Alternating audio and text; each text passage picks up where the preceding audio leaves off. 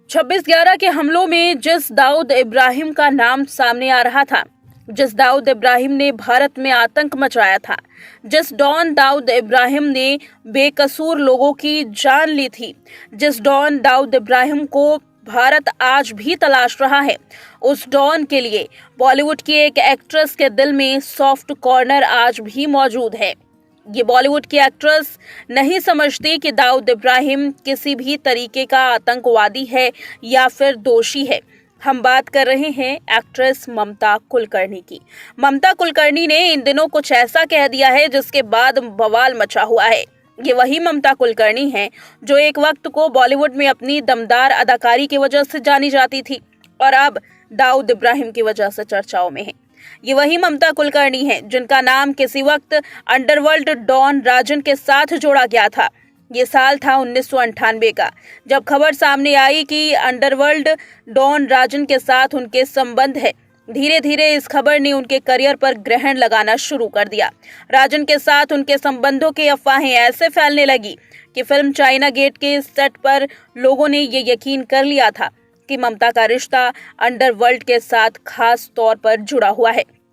अब यही ममता कुलकर्णी ये कहती हुई नजर आई कि दाऊद इब्राहिम आतंकवादी नहीं है, जिसने हर किसी को हैरान कर दिया है। जिस दाऊद इब्राहिम को भारत तलाश कर रहा है, उसे सजा देने के लिए वो दाऊद इब्राहिम ममता कुलकर्णी की नजरों में आरोपी नहीं है।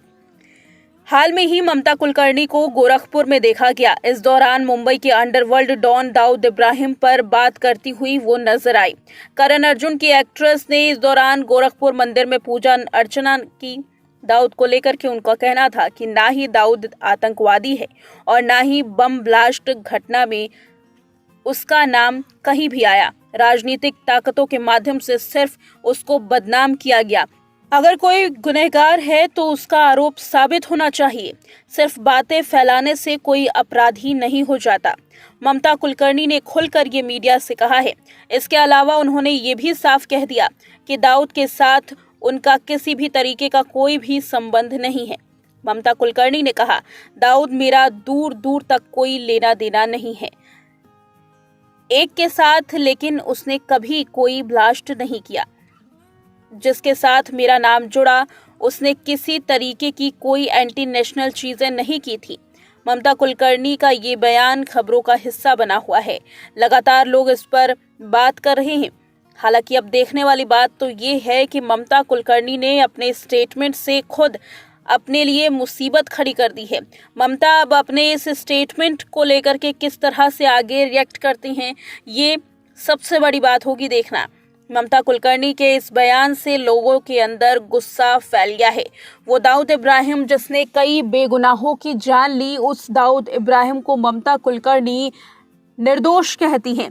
इसको लेकर लगातार सोशल मीडिया पर बवाल मचा हुआ है और अब ममता कुलकर्णी को इस बयान पर अपना जवाब जरूर देना होगा।